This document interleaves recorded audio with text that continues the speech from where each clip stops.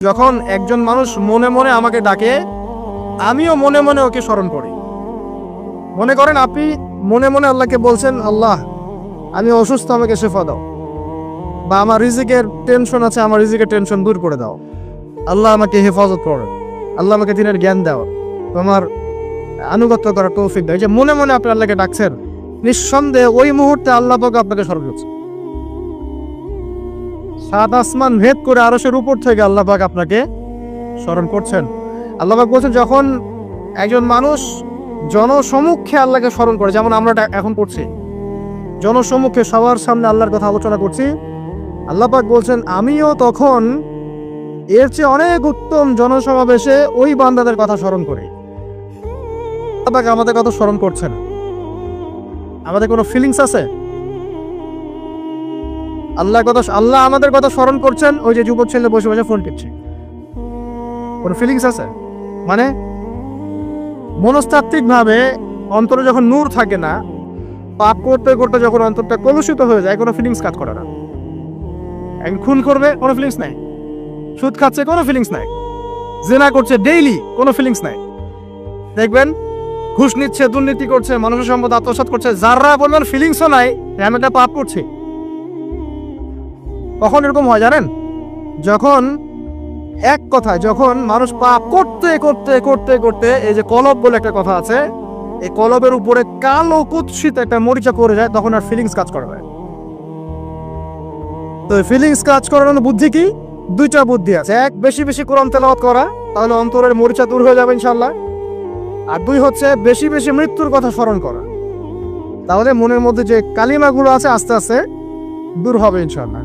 মৃত্যুর কথা কে স্মরণ করে? এখন মানুষ তো চলাফেরা করে এমন ভাবে যে কোনোদিন মরবেই না। কে স্মরণ করে? যে টেবিলের তল দিয়ে ঘুষ নিচ্ছে, ও স্মরণ করে মৌতের কথা? যে মেয়েটা বোরখা পরে যে ডেটিং করে বেড়াচ্ছে, জেনা করে বেড়াচ্ছে, ও কি মৃত্যুর কথা স্মরণ করে? যে ছেলেটা এখনকার যুব সমাজের বেশিরভাগই মাদকের সাথে সম্পৃক্ত, গার্লফ্রেন্ড বয়ফ্রেন্ড অ্যাফেয়ার্সে আছে, হ্যাঁ, টিকটক প্রজন্ম, আড্ডাবাজি করে সময় কাটায়, গুন্ডামি করে, মাস্তানি করে, এর মহিলাদের কোনো ফিকির আছে? একজনকে বড় দায়িত্ব দেওয়া হয়েছে, সবার সম্পদ লুটপাট করে খাচ্ছে, এর মৌতের ফিকির আছে নাকি?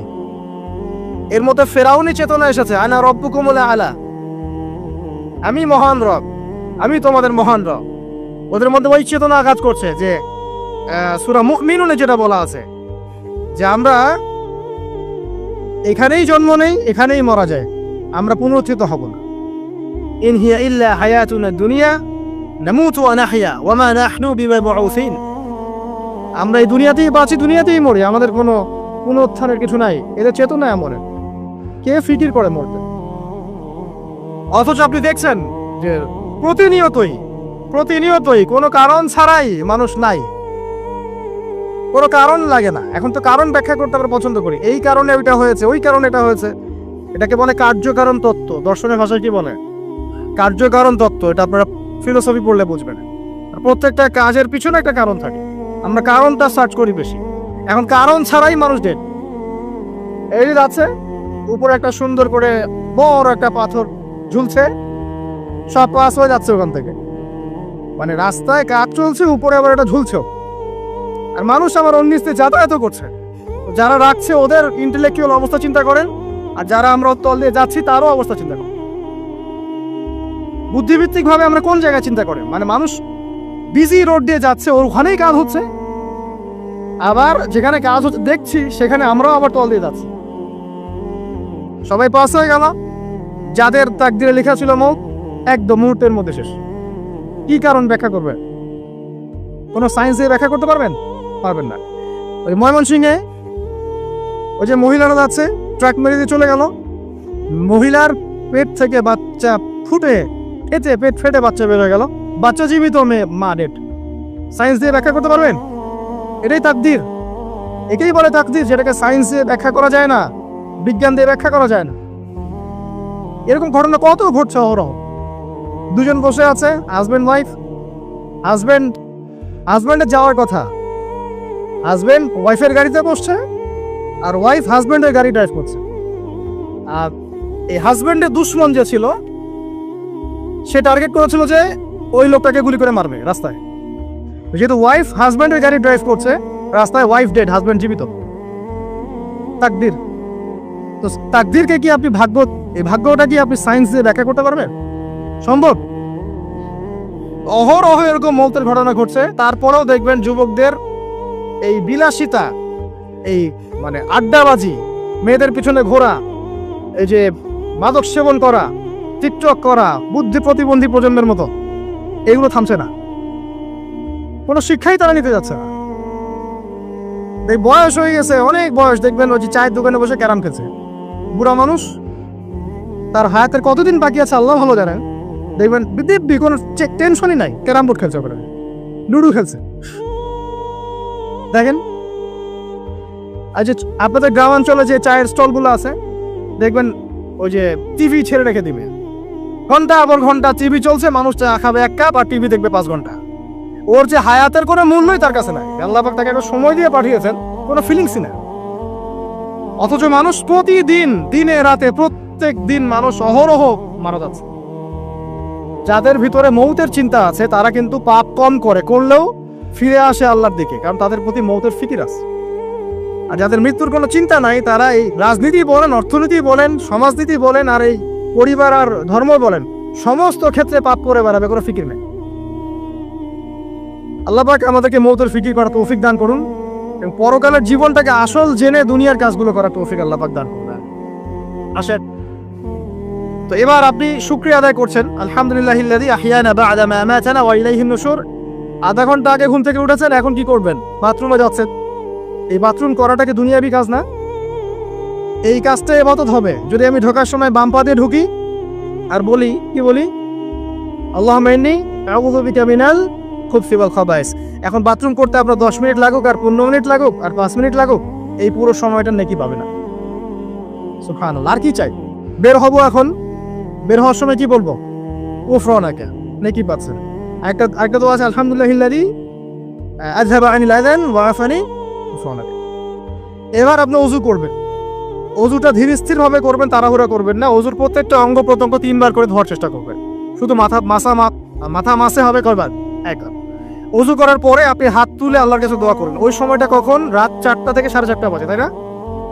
তার মানে আল্লাহ রাব্বুল আলামিন এখন প্রথম আসমানে আছেন।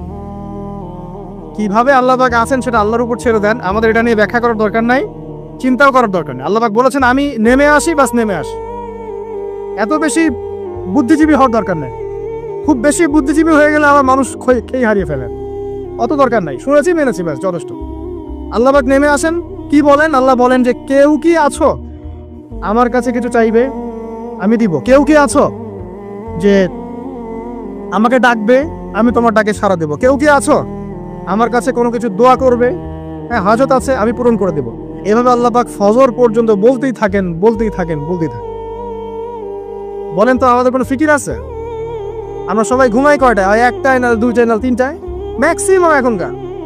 আমি যে বিষয়টা নিয়ে কথা বলছি এটা খুবই কঠিন। 9টা থেকে 10টার মধ্যে বা 11টার মধ্যে ঘুমাতে হবে, এটা খুবই কঠিন বিষয় এখনকার জেনারেশনের কাছে। এর জন্য প্রথম যে কাজটা সেটা হলো রাত্রেবেলা স্মার্টফোন আর চালানো যাবে।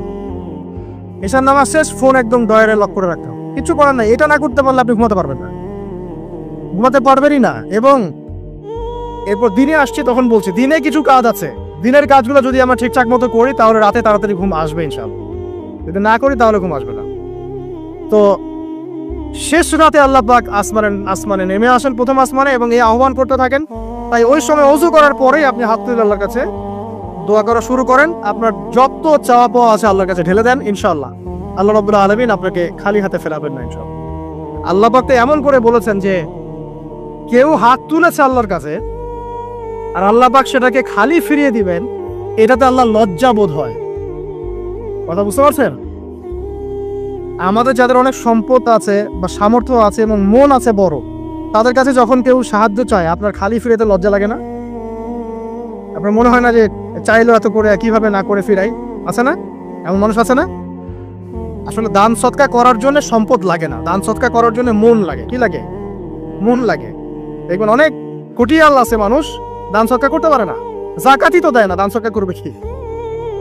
বাংলাদেশে যত কোটিপতিগুলো আছে সবার থেকে যাকাত নেওয়া শুরু করলে এদেশে কোনো দারিদ্রতা বলে কিছু থাকবে না ইনশাআল্লাহ, থাকবেই না, এটাই বাস্তব।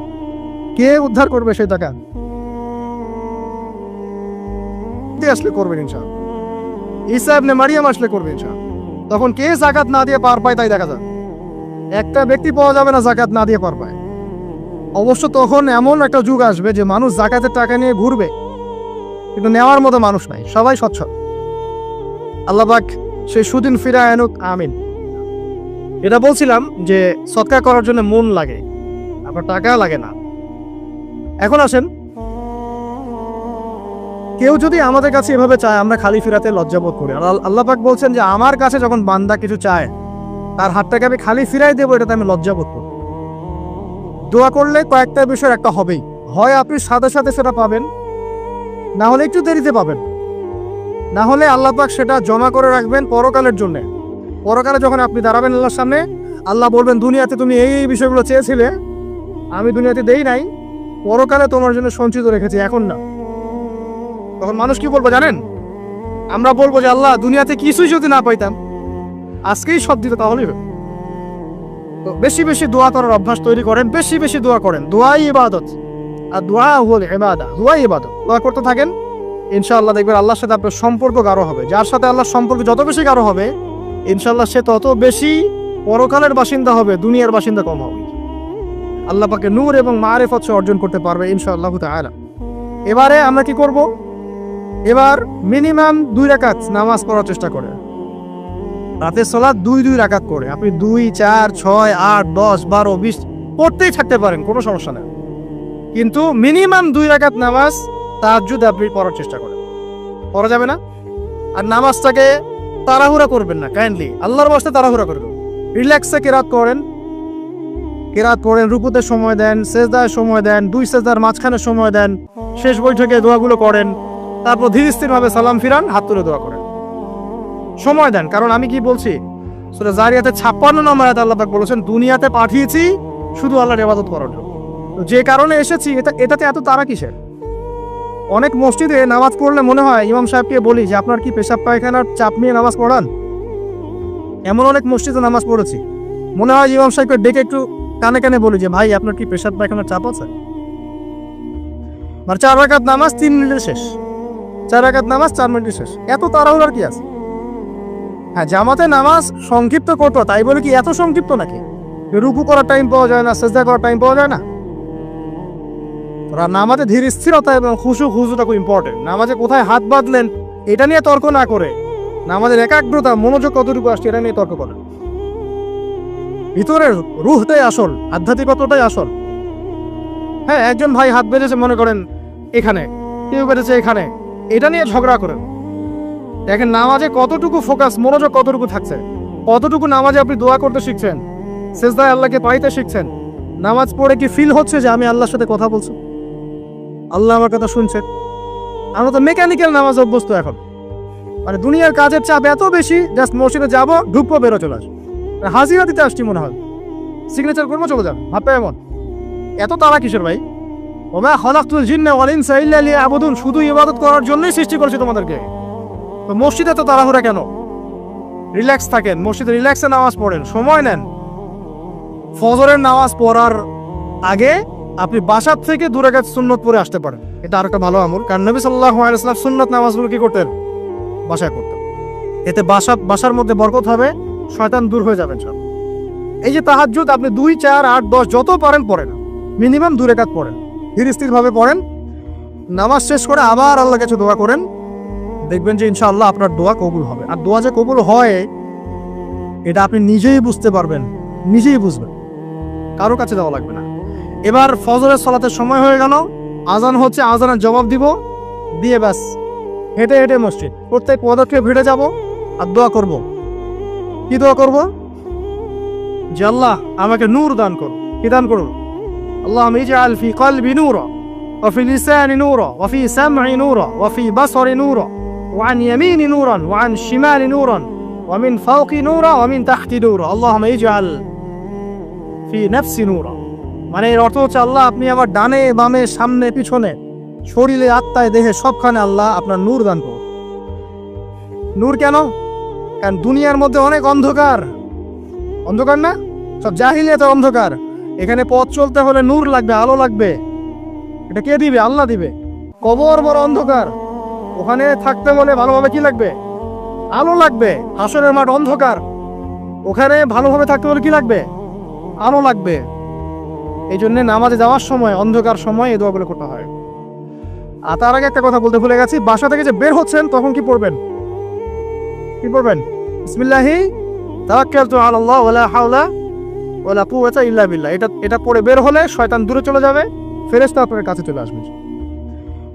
এবার নামাজে আসলাম, জামাতের সাথে নামাজ পড়বেন, ফজরের নামাজ, এবং ফজরের সালাতের কেরাতটা লম্বা করার চেষ্টা করুন।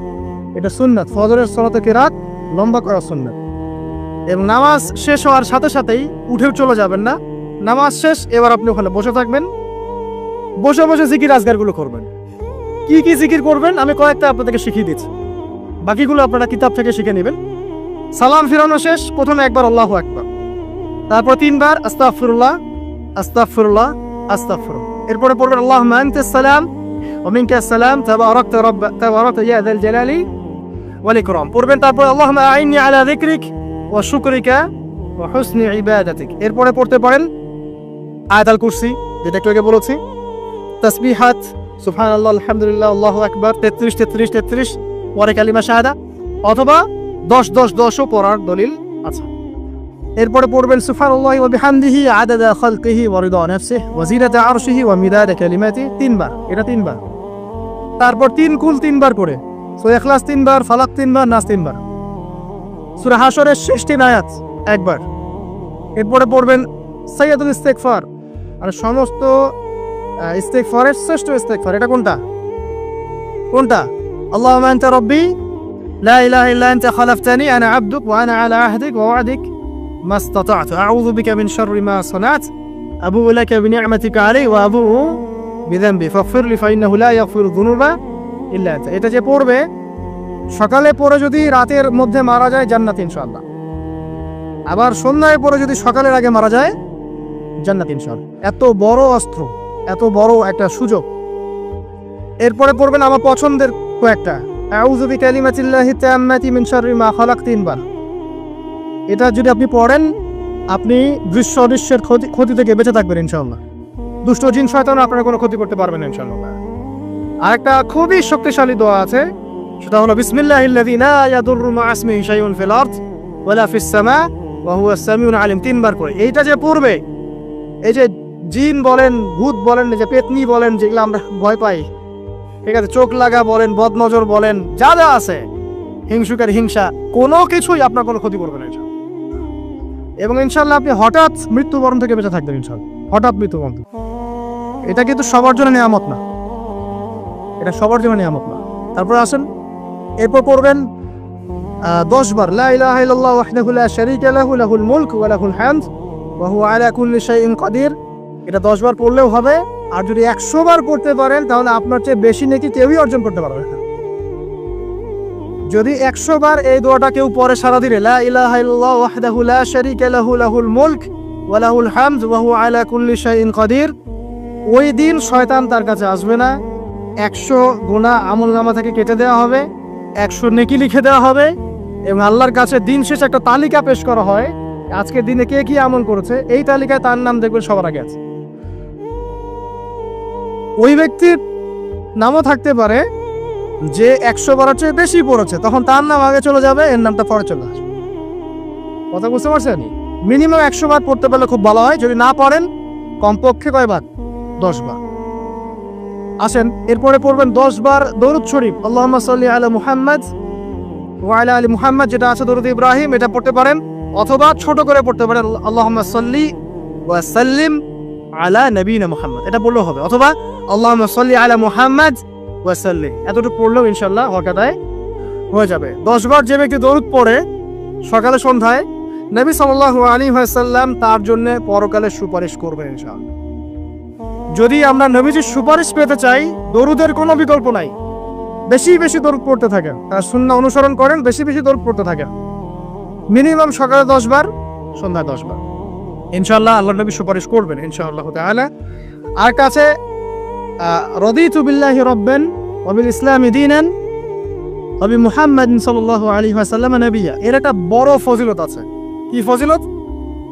যে ব্যক্তি এই দোয়াটা সকাল সন্ধ্যা 3 বার করে পড়ে, কিয়ামতের মাঠে আল্লাহ পাকের উপর হক হয়ে যাবে, ওয়াজিব হয়ে যাবে, আল্লাহ ওই ব্যক্তিকে সন্তুষ্ট করে দিবেন ইনশাআল্লাহ।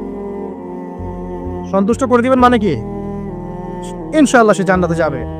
আরেকটা আছে, এটা বলে শেষ করি, হাসবি আল্লাহু লা ইলাহা ইল্লাহু আলাইহি তাওয়াক্কালতু ওয়া হুয়া রাব্বুল আরশিল আযীম। এটা পড়তে হবে 7 বার। কয়বার? 7 বার। তাহলে কি হবে? আপনার দুনিয়া আখিরাতের যে চাওয়া পাওয়াগুলো আছে, এর জন্য আল্লাহ পাকই আপনার জন্য যথেষ্ট হয়ে যাবে ইনশাআল্লাহ, কাউকে লাগবে না। এগুলা ফরজ নামাজ, মানে ফজরের নামাজ জামাতে পড়ার পরে বসে বসে এইগুলো করতে থাকবেন। যদি দোয়া আগে করা হয়, নামাজের মোনাজাত যেটা হচ্ছে আমাদের সমাজে, এটা যদি আগে করে ফেলা হয়, তাহলে দোয়ার পরে বসে থাকবেন, বসে বসে এগুলো পড়তে থাকবেন। যদি পড়েন, ইশরাকের নামাজটা পড়ে মসজিদ থেকে বের হতে পারে। ইশরাকের নামাজ মানে ফজরের সূর্য উঠে যাওয়ার পরে 2 রাকাত নফল পড়ে যে ব্যক্তি যাবে বাসায়, মানে প্রথমে ফজরের নামাজ জামাতে পড়েছে, জিকির আজকার করেছে, ইশরাকের সময় হয়েছে, নামাজ পড়ে বের হলো, এই ব্যক্তির আমল নামায় একটা কবুল হজের নেকি দেওয়া হবে, একটা কবুল ওমরার নেকি দেওয়া হবে ইনশাআল্লাহ। এগুলো খুবই সহজে আমল করা যায়। এরপরে আপনি বাসায় ফিরে গিয়ে বা মসজিদেই কোরআন তেলাওয়াত করবেন। আমরা কোরআন তেলাওয়াত করব, কোরআন তেলাওয়াত করবেন 1 পারা, 1 পারা পারেন না অর্ধেক পারা, অর্ধেক পারা পারেন না 5 পৃষ্ঠা, 5 পৃষ্ঠা পারেন না কমপক্ষে 1 পৃষ্ঠা পারবেন না, 1 পৃষ্ঠা করে হলেও প্রতিদিন কোরআন তেলাওয়াত করতে হবে। পারবেন না ইনশাআল্লাহ? প্রত্যেক হরফে 10টাটি পাবেন। কোরআন আপনার পক্ষে সুপারিশ করবে ইনশাআল্লাহ, এবং এই কোরআন আপনাকে ছায়া দিবে, সূরা বাকারা, আলে ইমরানের মতো ছায়া দিবে কিয়ামতের মাঠে। এবং এটা নবী সাল্লাল্লাহু আলাইহি ওয়াসাল্লাম যেটা বলেছেন, আল কোরআন হুজ্জাতুল লাকা ওয়া আলাইক, এটা তোমার পক্ষে সাক্ষী দিবে অথবা বিপক্ষে সাক্ষী দিবে। তো কোরআন তেলাওয়াত করবেন। এরপরে আমরা কি করি? আমরা হয়তো যে যার মতো চলে যাই, কেউ স্কুলে চলে যান, নাস্তা করেন। আচ্ছা, নাস্তার আগে একটা কথা বলি। সকালে নাস্তা করবেন এমনভাবে যে, এখনকার ডক্টররাও বলেন এই কথাটা, সকালবেলা একটু বেশি খেতে হয়, সকালবেলা একটু বেশি হেভি ফুড নিতে হয়, দুপুরে তার চেয়ে একটু কম, রাতে আরও কম। আর আমাদের তো উল্টা, কিন্তু সকালে অল্প একটু, দুপুরে একদম বিশাল, রাতের বেলা আরও বিশাল, নাকি? তো নিয়মটা হচ্ছে এই যে সকালে খেতে হয় বেশি, সারাদিন আপনাকে কাজ করতে হবে, সকালে আপনাকে বেশি হাইজেনিক ভালো ফুড খেতে হবে, দুপুরে তার চেয়ে একটু কম, আর রাতে তার চেয়ে কম। এভাবে খেতে পারলে প্রফিটিক খাওয়া হবে ইনশাল্লাহ। আর খাবার আমাদের সুন্নাহ মতো খাওয়ার দরকার নেই, নবী সাল্লাল্লাহু আলাইহি ওয়াসাল্লামের সুন্নাহ মতো খায়। আমাদের সুন্নাহটা কেমন? আমরা 7 পেট খাই। কয় পেট? 7 পেট। যদি পেটের মধ্যে কিছু জায়গা ফাঁকা থাকে, সেটাও কিছু মিষ্টি দিয়ে ঢুকায় সাবার করে ভর্তি করতে হবে। এটা চ্যালেঞ্জ, পেটটা ভর্তি করতে হবে। আর নবী সাল্লাল্লাহু আলাইহি ওয়াসাল্লাম খেতেন এভাবে যে পেটটাকে 3 ভাগ করতেন, 1 ভাগ খাবার খেতেন, 1 ভাগ তিনি পানীয় পান করতেন, আর 1 ভাগটা ফাঁকা রাখতেন। আপনি এভাবে খাওয়া শুরু করেন, দেখবেন আপনি ফিজিক্যালি ফিট ফিল করছেন এবং আপনি ক্লান্ত হচ্ছেন কম, অলসতা কম আসছে কাজে, আপনি এনথুজিয়াজম পাবেন ইনশাআল্লাহ। তো খাবারের ব্যাপারটা সতর্ক থাকে। আর এই যুগে খাবারের মধ্যে প্রচুর ভেজাল আছে, চেষ্টা করতে হবে ম্যানুফ্যাকচার্ড খাবারগুলো বাদ দিয়ে হোমমেড যে ফুডগুলো আছে, হোমমেড ফুড মানে বাসায় যেগুলো আমরা তৈরি করি, ফ্রেশ হাইজেনিক ফুডগুলো খাওয়ার চেষ্টা করতে হবে। স্পেশালি বাচ্চাদের ব্যাপারে সতর্ক থাকতে হবে।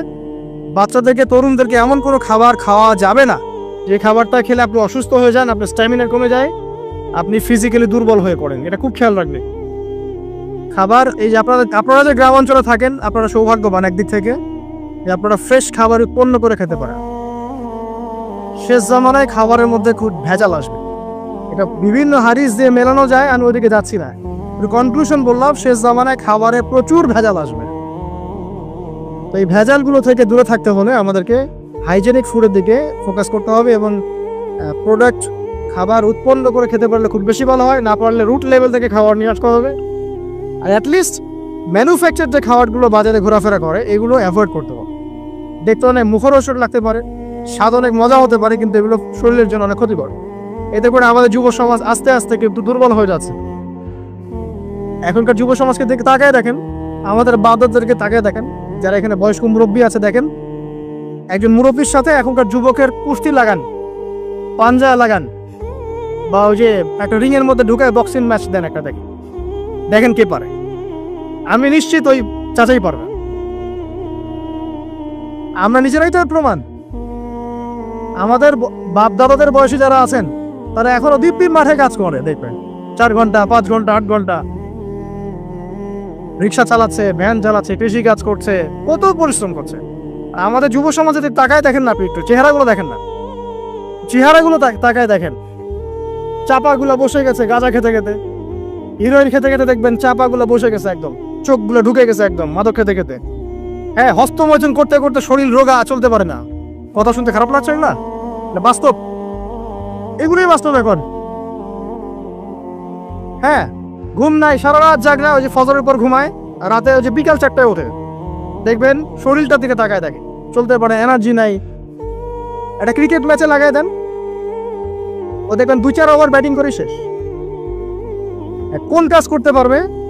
ওই মাঠের বাইরে থেকে বলতে পারবে যে আর এ খেলতে পারে না, ও অমুক খেলতে পারে না, তমুক খেলতে পারে না।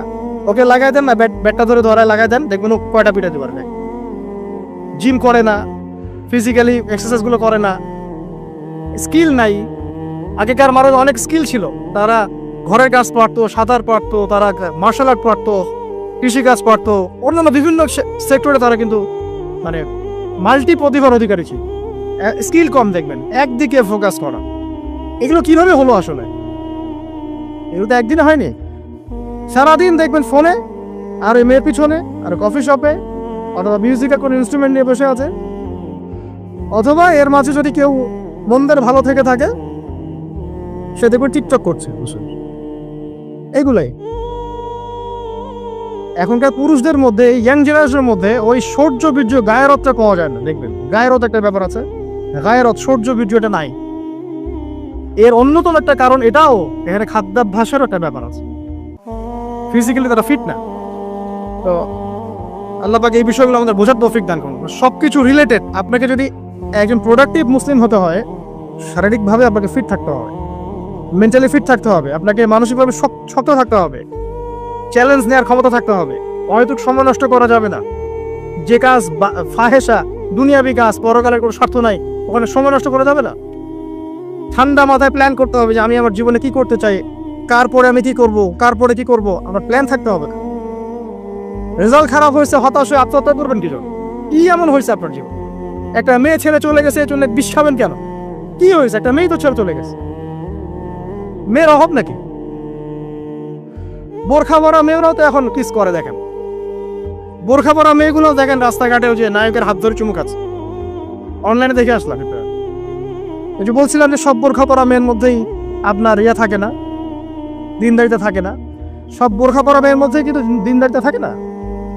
তো বোরখা থেকে পাগল হওয়ার দরকার নেই এত। এবং সে বলছে আমার জীবন সার্থক। মানে একজন গায়রে মাহরাম ব্যক্তিকে, ফিল্ম স্টার একজন গায়রে মাহরাম ব্যক্তি, তাকে সে হাত ধরে চুমু খেয়ে বলছে তার জীবন সার্থক। তাহলে কোন প্রজন্ম লালন করে কবরে যাচ্ছে ওরা চিন্তা করেন একটু। এখন আশ্চর্য একটা বিষয়। আর এগুলো আমরা প্রমোট করছি অনলাইনের মধ্য দিয়ে। যে কোনো অনলাইনে দেখবেন এটা চলছে রাতারাতি। মানে এগুলো উস্কানো হচ্ছে। আমাদেরকে শোনেন, আমাদেরকে এগুলো এইসব পাপের মধ্যে এমনভাবে নিয়ে আসা হচ্ছে যে মনে হচ্ছে এগুলো স্বাভাবিক। এক সময় একটা মেয়ে যদি রেপ হতো, মানুষের মাথা ব্যথা শুরু হয়ে যেত, অফিস আদালত এবং কোর্ট কাচারি করে একাকার করে ফেলতাম। এখন রেপ হতে হতে হতে হতে মনে হয় এটা স্বাভাবিক। আগে একটা মানুষ মদ পান করলে তার মধ্যে একটা ফিলিংস থাকতো অনেক খারাপ কাজ করছে।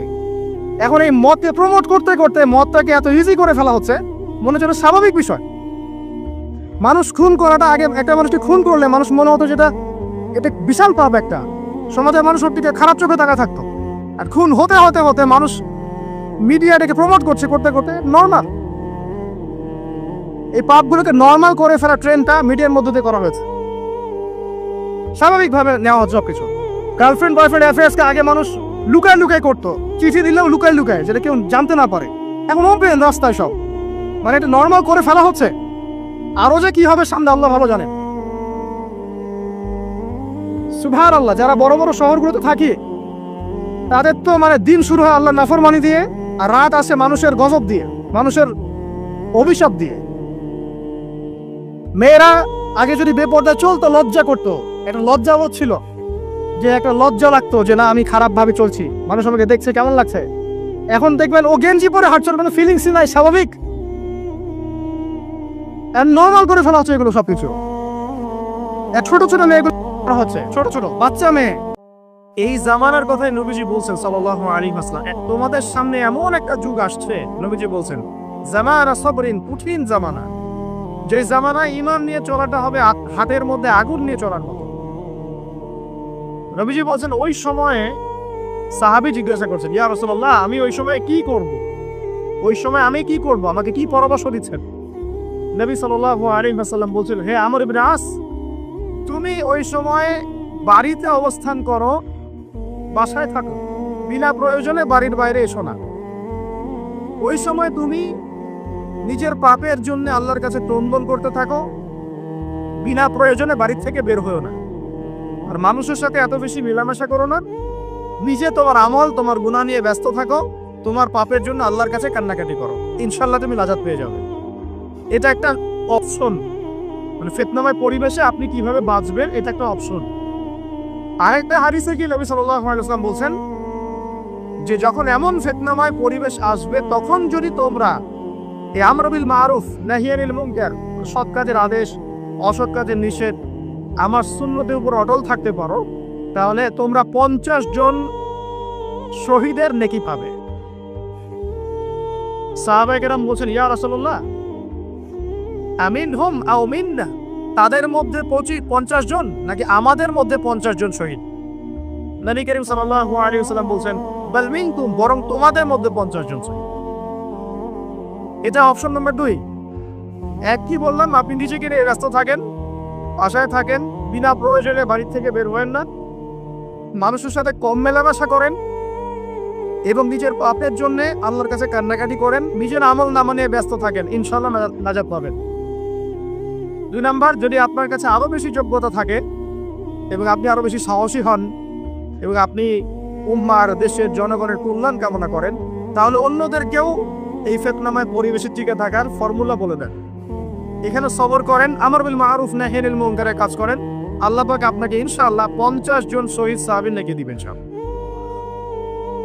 আরো অপশন আছে। কি অপশন? ওই যে আসহাবুল কাহফ কি করেছিল, একটা ফিতনাময় পরিবেশ থেকে নিজেরা আস্তে করে সরে গিয়েছে।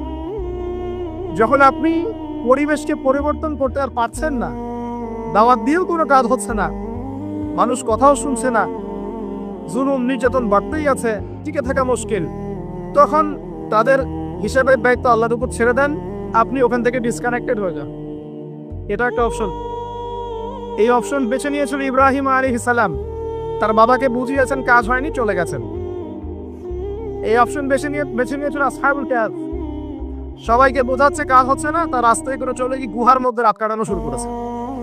এমনও হাদিস পড়েছি আমি, যে ফিতনাময় পরিবেশে সবচেয়ে সৌভাগ্যবান হবে ওই শ্রেণীর মানুষ যারা দেখা যাবে যে পাহাড়ি কোনো এলাকায় বা দূরবর্তী কোনো জায়গায় বসবাস করছে, যেখানে বৃষ্টিপাত হয়, গরু, ছাগল, মেষ, বকরি এগুলো নিয়ে ওখানে চড়ায়, যখন আজানের সময় হয়, নামাজের ওয়াক্ত হয়, আজান দেয়, নামাজ পড়ে, দুনিয়ার ফিতনা থেকে এরা দূরে আছে, এরা সফল।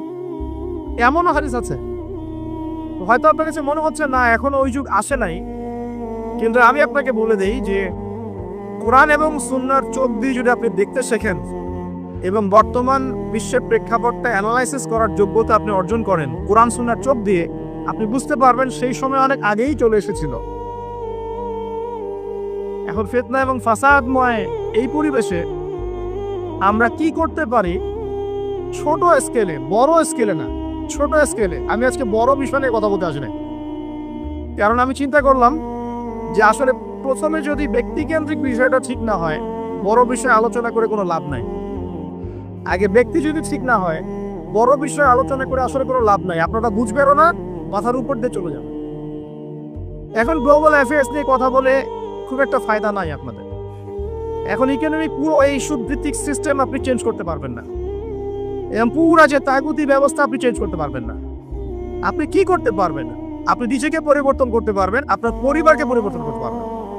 এতটুকু আপনার পক্ষে এখন পর্যন্ত সহজ, ঠিক না? ঠিক করবেন, এটা আপনি এখন করতে পারবেন। এটার ফর্মুলা কি? ফর্মুলা ঘাটতে গিয়ে আল্লাহ পাক আমার মাথার মধ্যে একটা হাদিস নিয়ে এসে দিলেন, কারণ আমি বিশ্বাস করি যে আপনারা বলছেন মৌলানা আল্লামা, আমি আসলে এমন কিছু নই। এই কথাগুলো আসলে আমার সাথে যায় না। আমি নিতান্তই একজন ছোট মানুষ এবং তালেবে ইলম, জ্ঞানের পথের পথযাত্রী। আর আমি তালেবে ইলম হয়ে থাকতে চাই। আমি মুফতি পাই, আমি মুহাদ্দিস, মুফাসসির বা এই যে শব্দগুলো আপনারা বলছেন, এমন কিছুই নাই। আসলে কিয়ামতের মাঠে আমি জান্নাতে যেতে পারবো কিনা আমি নিজেই জানি না। যখন কোনো মানুষ নিজেকে অনেক বড় মনে করা শুরু করবে, বুঝে নিবেন সেই ইবলিসের আনুগত্য করা শুরু করেছে আর কি। আর ইবলিস বলেছিল, আমি খলাকতানি মিন নার ওয়া খলাকতাহু মিন তিন, আমাকে সৃষ্টি করেছেন আগুন দিয়ে, আদমকে সৃষ্টি করেছেন মাটি দিয়ে, আমি কেন আদমকে সিজদা করতে যাব? তো এটা ইবলিসের চরিত্র, আবা ওয়াস্তাকবার, সে উদ্ধত হয় এবং অহংকার প্রদর্শন করে। তা আমি মনে করি যে আমি কিছু বলি না, আল্লাহ রাব্বুল আলামিন আমাকে বলার তৌফিক দেন মাত্র, আলহামদুলিল্লাহ। তা আমার মাথায় একটা হাদিস আসছে, সকাল থেকে ঘুরছে। সেটা হচ্ছে, দেখুন, বারা ইবনে আযিব রাদিয়াল্লাহু আনহু থেকে বর্ণিত হাদিসটা আসছে এবং হাদিসটা বিশুদ্ধ। এখান থেকে আমি মূল আলোচনা যাচ্ছি যে একদিন আনসার মানুষদের মধ্যে, আনসার কারা? আমাদের আনসার বাহিনী। আনসার কারা? যারা মুহাজির সাহাবীদেরকে আশ্রয় দিয়েছিল মদিনায়, তাদেরকে কি বলা হয়? আনসার। তাহলে শব্দটা সুন্দর না? তাহলে আমাদের বাহিনীর নামটাও সুন্দর, মাশাআল্লাহ। তো আনসার সাহাবীদের মধ্যে একজন ইন্তেকাল করেছেন, ইন্না লিল্লাহি ওয়া ইন্না ইলাইহি রাজিউন। এখন তাকে দাফন করা হচ্ছে, আর নবী সাল্লাল্লাহু আলাইহি ওয়াসাল্লাম কবরের পাশে চুপ করে বসে পড়লেন। তার বসা দেখা দেখি বাকি সাহাবীরাও তাকে ঘিরে গোল করে বসে পড়লেন। তারা বলছেন, আমরা এমন ভাবে এখানে বসেছিলাম যেন আমাদের মাথার উপরে পাখি এসে বসতে পারে, চুপচাপ, কোনো নড়াচড়া নাই। দেখেন, রাসূলের সাথে বসার সুন্নত দেখেন। কোরআন এবং হাদিসের মাহফিলে বসার কিন্তু সুন্নত আছে। এখানে বসে বুনিয়াবি এত গল্পগুজব করা যাবে না, এই মোবাইল হাবিজাবি নিয়ে এত ব্যস্ত থাকা যাবে না, দিলের কান দিয়ে শুনতে হবে, ঠিক আছে? আদব আছে, না হলে কথা আপনার উপর তাসির করবে না। তারা এমন ভাবে বসেছিলেন যেন মাথার উপরে পাখি বসতে পারে, সুবহানাল্লাহ। এবার নবী করিম সাল্লাল্লাহু আলাইহি ওয়াসাল্লাম বলছেন যে যখন মাইয়িতকে কবরে শোয়ানো হয় তখন সে তাকে দাফন করে যাওয়া ব্যক্তিদের হাঁটার খসখস আওয়াজ শুনতে পায়। এরপরে তাকে যখন শুইয়ে দেওয়া হয়, সে যদি মুমিন ব্যক্তি হয় তাহলে তার মাথার দিকে তার সালাত এসে দাঁড়িয়ে যায়। দুনিয়াতে আপনি যে নামাজগুলো পড়েছেন, আমি যে নামাজগুলো পড়ছি, এগুলো মাথার দিকে দাঁড়িয়ে যায়। ডান দিকে চলে আসে তার সওম, সওম মানে কি? রোজা। বাম দিকে চলে আসে যাকাত, যাকাত মানে কি? যাকাতের সাথে তো আমরা পরিচিত নই। আমরা ওই যে রাস্তাঘাটে যে দান খয়রাতগুলো উঠানো হয়, এগুলোর সাথে খুব পরিচিত, তাই না? কত টাকা, কত পয়সা, কি গান করে আর টাকা কালেকশন করে না? অনেক সময় দেখা যায় রাস্তায় যাচ্ছি আমরা গাড়ি নিয়ে, পারলে গাড়ির সামনে এসে হুমড়ি খেয়ে পড়বে টাকা নেওয়ার জন্য। এইভাবে টাকা কালেকশন করতে কে শিখিয়েছে ইসলামে? আর আমরা অনেক সময় ছোট ছোট বাচ্চাদেরকে দিয়ে, মাদ্রাসার ছোট ছোট বাচ্চাদেরকে দিয়ে টাকা কালেকশন করাই। এটা ঠিক না। কেন ঠিক না জানেন? ছোটবেলা থেকেই ওর ব্যক্তিত্ব নষ্ট হচ্ছে। এই হাতটা উত্তম না এই হাতটা উত্তম? উপরের হাত উত্তম, নিচের হাত উত্তম? ছোটবেলা থেকে সে নিচের হাতে অভ্যস্ত হচ্ছে। দেখেন, এত টাকা পয়সা কালেকশন করে আমাকে আর একটা স্বতন্ত্র মসজিদ করতেই হবে জরুরি? খুবই জরুরি ছিল। মানুষের কাছে হাত চেয়ে, হাত পেতে, রাস্তাঘাটে এরকম করে গাড়ি থামিয়ে, তারপরে কি বলবো, সুর করে গান গেয়ে এত টাকা পয়সা কালেকশন করতেই হবে? মসজিদটা আমাকে টাইলস ফিটিং করতেই হবে? এসি মসজিদ করতেই হবে? আমরা এমনও মসজিদ রংপুরে দেখেছি 10 বছরেও টাকা কালেকশন শেষ হয় নাই। 10 বছর ধরে কালেকশন হচ্ছে। আমি ছোটবেলা থেকে দেখছি কালেকশন হচ্ছে, কি বুঝলেন? তো এগুলো আমাদের ব্যক্তিত্ব নষ্ট করে। মুসলিমরা উপরের হাতের মালিক। সারা বিশ্ব আমরা একসময় চালিয়েছি। এই সভ্যতা আমাদেরকে কি শিখায়? সারা বিশ্ব আমরা চালিয়েছি।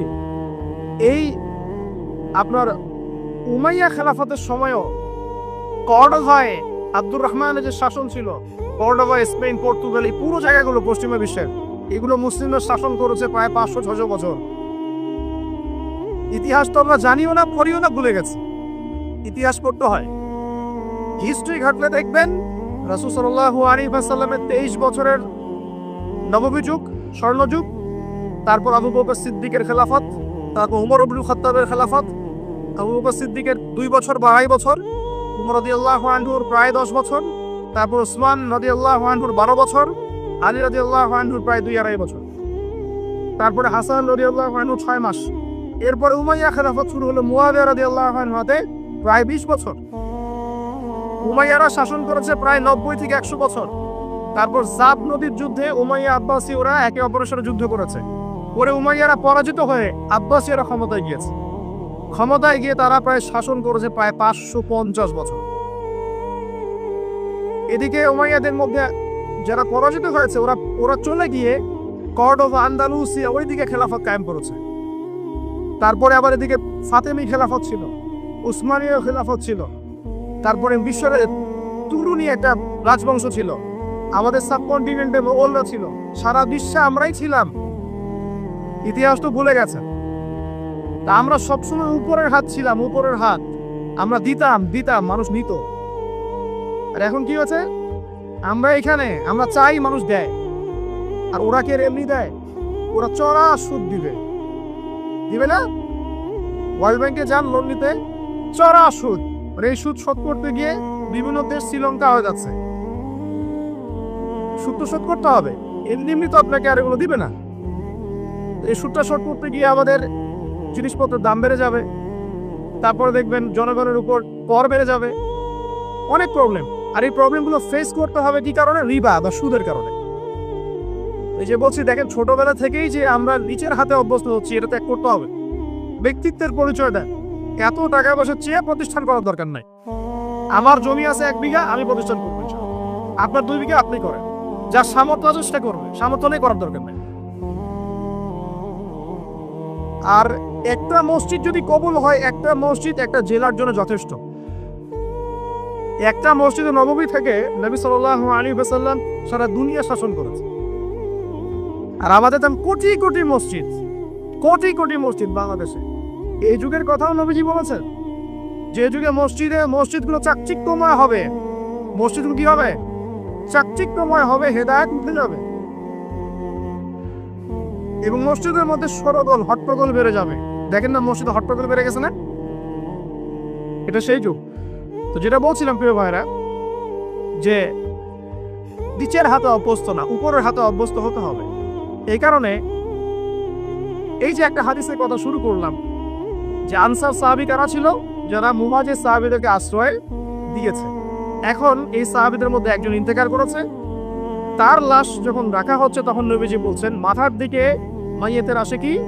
সালাত। সালাত মানে কি? নামাজ। 5 ওয়াক্ত নামাজ আজকে থেকে ছাড়বেন? ওয়াদা করেন আজকে থেকে 5 ওয়াক্ত নামাজ ছাড়বো না ইনশাআল্লাহ। একটা হাদিস খালি বলি, মান তারাকা সালাতান মুতাআম্মিদান ফাকাদ কাফারা। মান তারাকা সালাতান মুতাআম্মিদান ফাকাদ কাফারা। আবার শুনেন, قال رسول الله صلى الله عليه وسلم من ترك صلاة متعمدا فقد كفر. মুআয বিন জাবাল রাদিয়াল্লাহু আনহু নবীজি বলেছেন, মান তারাকা সালাতান মুতাআম্মিদান ফাকাদ বারিয়াত মিন জিম্মাতিল্লাহ। যে ব্যক্তি নিজের উপর ফরজ নামাজ ছেড়ে দিল, সে কুফরি করলো। মুআয বিন জাবালকে নবী সাল্লাল্লাহু আলাইহি ওয়াসাল্লাম বলছেন, যে ব্যক্তি ফরজ নামাজ ইচ্ছা করে ছেড়ে দিল, সে ব্যক্তি আল্লাহর জিম্মা থেকে মুক্ত হয়ে গেল। নামাজ ছাড়বেন প্রিয় ভাই, 5 ওয়াক্ত নামাজ জামাতের সাথে ইনশাআল্লাহ। আল্লাহ আমাকে তৌফিক দেয়, আপনাদের সবাইকে তৌফিক দান করুন। জামাত যদি না পান, একা পড়ে নেবেন, ঠিক আছে? যদি ঘুমিয়ে থাকেন, ঘুম থেকে উঠে পড়বেন। ভুলে গেছেন, যখন মনে হবে তখন পড়বেন। অজু করার পানি নাই, কি করবেন? তায়াম্মুম করবেন। তায়াম্মুমেরও কিছু নাই, আপনার কোনো কাপড়ই নাই, সতর ঢাকার কোনো কাপড়ই নাই, কি করবেন? বসে বসে নামাজ পড়বেন, ওই অবস্থাতেই। এটা কোনো মাফ নাই। মানে আপনার ওযু করার কোনো পানি নাই, তায়াম্মুমের কিছুই নাই, কাপড়ও নাই সদরে, তখনও নগ্ন হয়ে বসেই নামাজ পড়তে হবে। মাফ নাই। যখন শোয়ানো হবে মাথা থেকে কি থাকবে? সালাত। তাহলে আমরা যারা ফরজ সালাত এখন আদায় করছি না, আজকে তওবা করেন, বলেন আস্তাগফিরুল্লাহ আল্লাযী লা ইলাহা ইল্লা হুয়াল হাইয়ুল কাইয়্যুম ওয়া আতুবু ইলাইহি। হে আল্লাহ, আমরা তওবা করছি, সারা জীবনে যত নামাজ পড়ি নাই, এই সমস্ত নামাজ না পড়ার পাপ থেকে তোমার কাছে তওবা করছি। ঠিক আছে, এটা আস্তাগফিরুল্লাহর অর্থ নয়, আমি বাংলায় বললাম। আর যদি নামাজ কাজা করে আদায় করে দিতে পারেন আলহামদুলিল্লাহ, খুবই ভালো হয়। যদি নাও পারেন তাও এখন থেকে আর কোনো নামাজ বাদ দিয়ে না, আর বেশি বেশি নফল নামাজ পড়ার চেষ্টা করেন। আল্লাহ পাক তৌফিক দান করুন। আসুন, তারপরে ডান দিকে কি? সওম। সওম মানে কি? রোজা। রমজান মাসে রোজা রাখি সবাই তো, মাশাআল্লাহ, আলহামদুলিল্লাহ। রমজান মাসে সওম রাখার পাশাপাশি বেশি বেশি নফল সওম রাখার ব্যাপারে অভ্যস্ত হওয়ার চেষ্টা করতে হবে। সবচেয়ে সেরা সওমগুলো হচ্ছে মাসের 3 দিন, আইয়ামে বীজের সওম, চাঁদের 13, 14 এবং 15 তারিখ। আর সপ্তাহে 2 দিন, সেটা হলো বৃহস্পতিবার এবং কি সোমবার। আল্লাহ পাক তৌফিক দান করুন, আমিন। এছাড়া আরাফাত সওম আছে, আশুরার সওম আছে, ঠিক আছে, জিলহজ মাসের প্রথম 10 দিন রাখতে পারেন, ইত্যাদি। এবার বাম দিকে কি?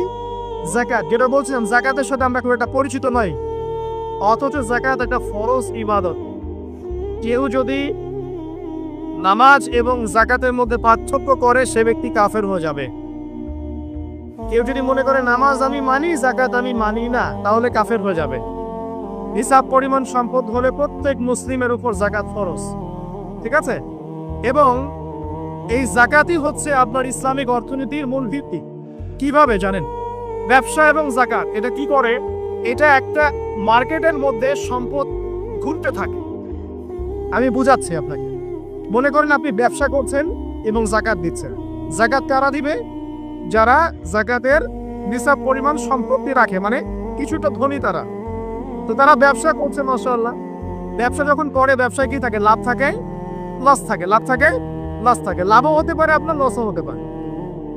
আর সুদে কি? শুধু লাভ, লস আছে, লস নাই। পার্থক্য বোঝেন। এখন ব্যবসা যখন আপনি করবেন, এই টাকা বা মূল যে ক্যাপিটাল যেটা বলে অর্থনীতির ভাষায়, এটা মার্কেটের মধ্যে সার্কুলেট করতে থাকবে। আজকে আপনি ধনী, লাভ করেছেন, কালকে লস করবেন, এই ধন আরেকজনের হাতে চলে যাবে। সে আবার ব্যবসা করছে, সে লাভ করলে সম্পদ তার হাতে থাকলো, লস করলে আরেকজনের হাতে। মানে এই মানিটা, ক্যাপিটাল যেটা, এটা মার্কেটের মধ্যে ঘুরতে থাকে, ঘুরতে থাকে। আজকে কেউ ধনী, কালকে কেউ ধনী, আজকে কেউ ফকির, কালকে কেউ ধনী, এভাবে। এখানে আল্লাহ পাক যাকে ইচ্ছা হয় ধন দেন, যাকে ইচ্ছা হয় দরিদ্র করে। এটা আল্লাহ পাক নিয়ন্ত্রণ করে। আবার এর মধ্যে যারা ধনী হবে তারা আবার যাকাত দিবে। কাকে যাকাত দিবে? যে গরিব তাকে। এই কারণে অর্থনৈতিক সাম্য থাকবে এবং টাকা, ক্যাপিটাল মার্কেটে সার্কুলেট করতে থাকবে। এটা হচ্ছে ইসলামিক ইকোনমিক্স। বুঝাতে পারছি না মনে হয়। আর রিবায় কি হবে? রিবায় কোনো লসের চান্স নাই। মানে এখানে ধনী আরো ধনী হতে থাকবে, গরিব আরো গরিব হতে থাকবে, প্লাস যাকাতও দিবে না। তখন সমাজের একটা অংশ অনেক ধনী হবে, আরেকটা অংশ একদম মাটিতে পড়ে যাবে, কোনো ব্যালেন্স হবে না। এই কারণে বিশ্বের একটা অংশ, ওই বিশ্বের একটা বড় অংশ যারা সুদখোর, যেখান থেকে সুদ এসেছে, ওইটা আস্তে আস্তে ধনী হয়ে গেছে এবং বিশ্বের বহু কান্ট্রি আস্তে আস্তে দারিদ্র সীমার নিচে চলে আসছে। এটা শুধু ব্যক্তির ক্ষেত্রেই নয়, সমাজের ক্ষেত্রেই নয়, পুরো বিশ্বটা হচ্ছে। তো এই হলো রিবা এবং ব্যবসা ভিত্তিক, যাকাত ভিত্তিক ইকোনমিক সিস্টেমের পার্থক্য, বেসিক ডিফারেন্স। রিবার মধ্যে আল্লাহ পাক তার হাত উঠিয়ে নেন, আল্লাহ পাক সেখানে আর ইন্টারফেয়ার করেন না। ঠিক আছে, সুদ খাচ্ছ, তুমি তোমার মতো চলো এখন। আর ব্যবসা ভিত্তিক ইকোনমিক্স চললে আল্লাহ পাক সেখানে কাউকে ধন দিবেন, কারো কাছ থেকে দিবেন। আপনার ধন দিয়ে আমাকে দিবেন, আমার ধন দিয়ে আপনাকে দিবেন। আমি যদি ধনী হই, আমি আমার যাকাত দিব, সেই যাকাতের টাকা আবার আপনার হাতে যাবে, কেউ না খেয়ে মরবে না।